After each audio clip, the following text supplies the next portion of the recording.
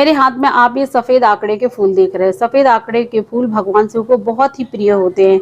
जिस घर में सफेद आंकड़े का पौधा लगा होता है उस घर को किसी भी प्रकार से वास्तु का कोई डर नहीं होता है और भगवान शिव और भगवान गणेश का इस पौधे में निवास होता है। यदि हम धर्म शास्त्रों की माने तो शास्त्रों के अनुसार इसके जो फूल होते हैं ना, सफेद आंकड़े के जो पुष्प होते हैं, तो इन पुष्पों को स्वर्ण के बराबर बताया गया है। यदि आप भगवान शिव की पूजा में सफेद आंकड़े के पुष्प को, जो कि गुच्छों के रूप में होते हैं जैसा आप देख सकते हैं, तो इनको यदि आप अर्पित करते हैं तो स्वर्ण के तुल्य बताया गया है, यानी कि स्वर्ण को अर्पित करने के बराबर इसकी महिमा का बखान किया गया है।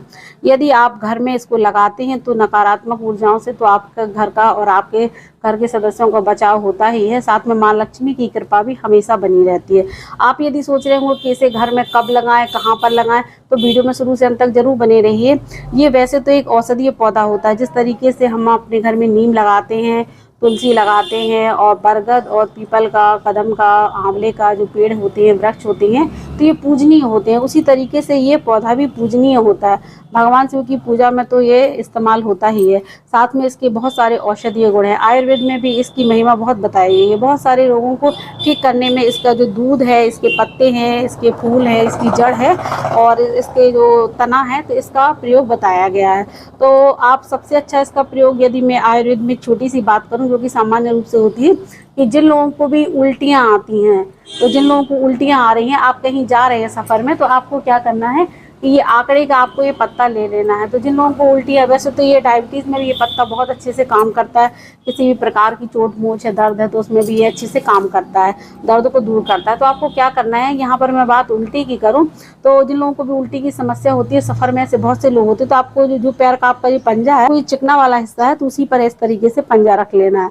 तो आप देखेंगे कि जिन लोगों को भी उल्टी की समस्या होती है तो वो उल्टी की समस्या इससे नहीं होती है। इसके साथ साथ यदि जिन लोगों को एड़ी में दर्द है या और भी किसी भी प्रकार का दर्द है, तो वो दर्द को भी दूर करता है।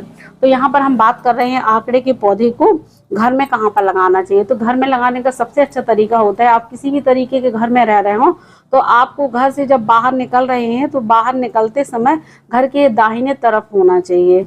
यानी जो दिन होता है तो पूर्णिमा का दिन होता है, और पूर्णिमा के अलावा आप एकादशी के दिन इस पौधे को घर में लगा सकते हैं।